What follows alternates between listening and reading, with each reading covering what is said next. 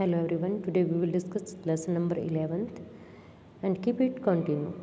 Last time we discussed about Swadeshi movement and partition of Bengal.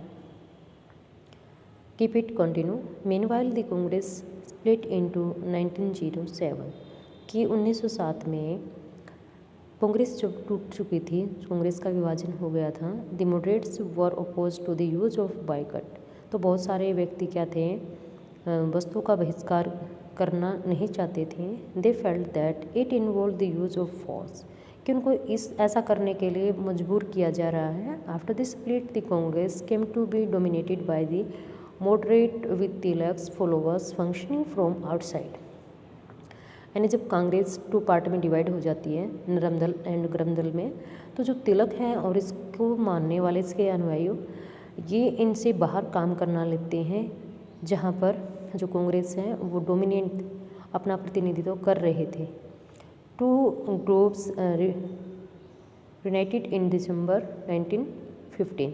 1915 में जो ये दो ग्रुप थे, एक तो हिंदू और मुस्लिम, ये पार्टीशन किया ब्रिटिश गवर्नमेंट ने. एक फिर जो अपने ही हिंदू थे वो भी गरम दल और नरम दल में डिवाइड हो जाते हैं, बट यहाँ पर हम डिस्कस करेंगे हिंदू और मुस्लिम की. Next year the Congress and the Muslim League sign the historic Lucknow pact and decided to work together for representative government in the country. 1915 में क्या होता है, इन दोनों एक सम्मेलन होता है जिसको पूना पैक्ट के नाम से जाना जाता है. इसमें दोनों ने साइन किए, कांग्रेस ने और मुस्लिम लीग ने, कि दोनों इकट्ठा मिलकर काम करेंगे ब्रिटिश गवर्नमेंट के अगेंस्ट. और पूरे अपने देश में जो प्रतिनिधि होंगे वो हिंदू या कांग्रेस या मुस्लिम सभी कोई नहीं है, सभी एक जैसे होकर अंग्रेज़ों के अगेंस्ट लड़ेंगे. The growth of mass nationalism. Mass nationalism मतलब हर व्यक्ति तक राष्ट्रवाद की भावना को कैसे फैलाया जाए, कैसे इसमें वृद्धि की जाए. After 1919 the struggle against British rule gradually became a mass movement. 1919 के बाद 1919 में क्या होता है, वैसे थोड़ा सा बता देती हूँ. जलियांवाला बाग आप सभी ने सुना होगा.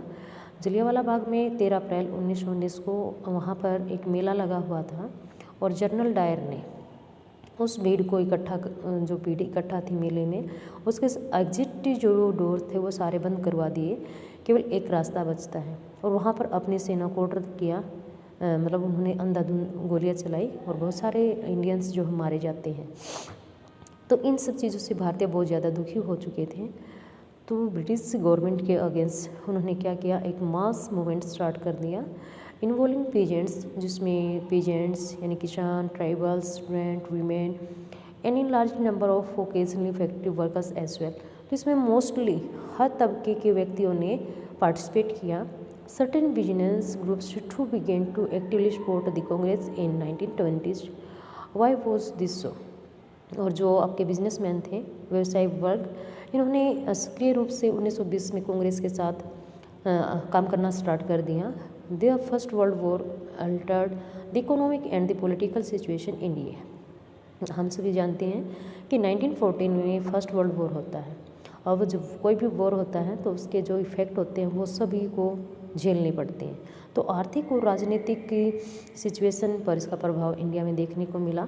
It lead to a huge rise in the defence expenditure of the government of India. तो जो अपने यहाँ पर ब्रिटिश रूल था, तो ब्रिटिश जो डिफेंस था वो खर्चा बढ़ जाता है. The government in turn increase tax. अब जब सरकार का खर्चा बढ़ गया तो उस खर्चे को पूरा किससे करती है, आम जनता से. तो जो हमारे ऊपर टैक्स थे वो इंक्रीज कर दिए on individual incomes and business profit, और जो वो अपने प्रॉफिट के लिए लेते थे. Increase military expenditure. जो सेना के खर्चे थे वो बढ़ जाते हैं. कोई सेना में है, उनकी खाद्य वस्तुएं, कपड़े, उनके जैसे डेथ हो जाती है तो उनके परिवार को दी जाने वाली सहायता, उनकी सैलरी, इट मीन्स बहुत ज़्यादा खर्चे बढ़ जाते हैं गवर्नमेंट के. And the demand for war supplies lead to a sharp rise in price. और युद्ध में वस्तुओं की जो सप्लाई की जाती है, उन वस्तुओं की कीमत बढ़ना स्टार्ट हो जाती है, क्योंकि शॉर्टेज हो जाती है.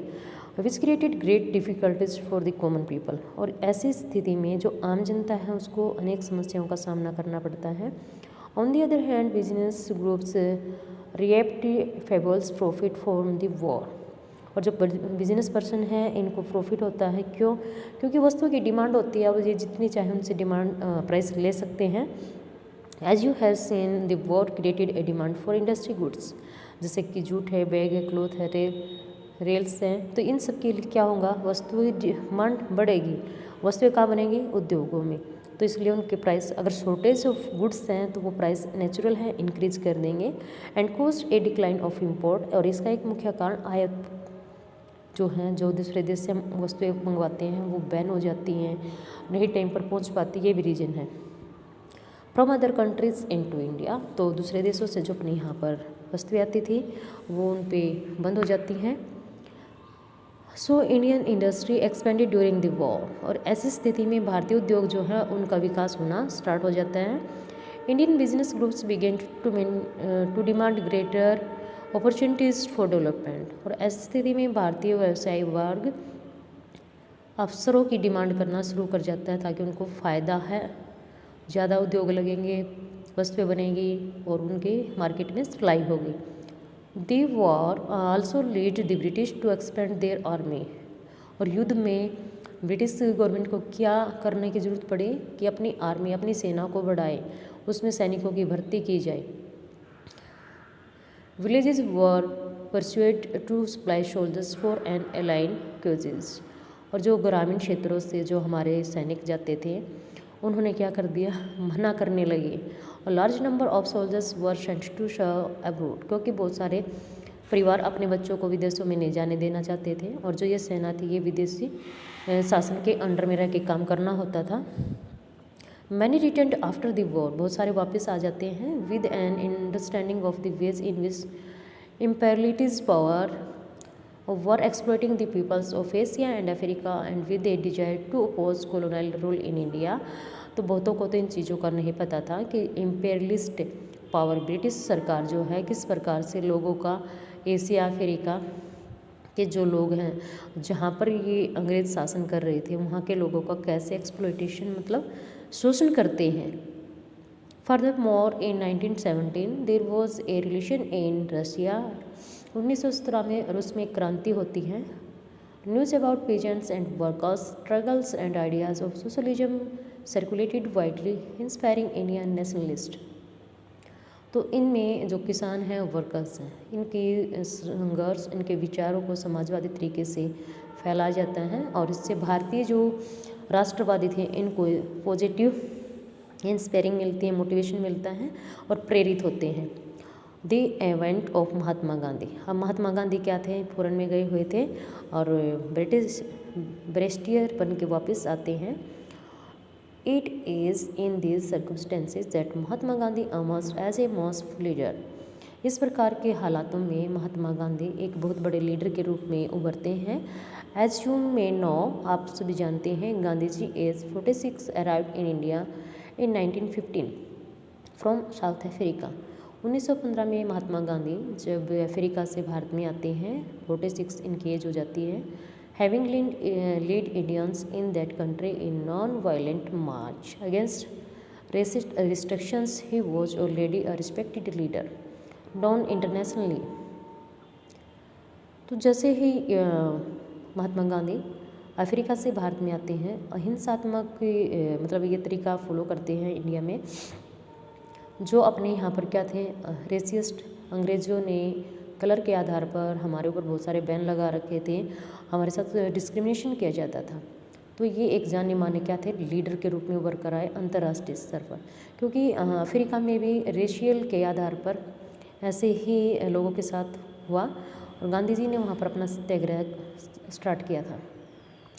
His South Africa campaign had brought him in contact with various type of Indians, Hindu, Muslim, Christians, Gujarati, Tamil and North Indians and upper class merchants, lower workers।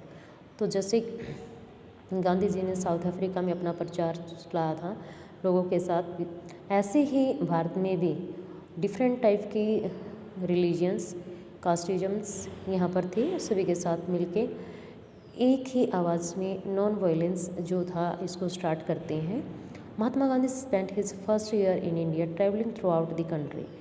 जब ये यहाँ पर आए तो पहला साल इन्होंने भारत के अलग अलग क्षेत्रों की यात्रा में अपना 1 साल निकाला।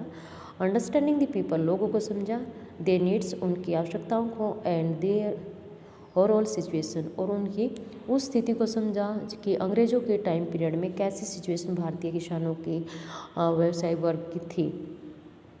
In 1895, along with other Indians, Mahatma Gandhi established the Natala Congress to fight against racial discriminations. Can you identify Gandhi ji?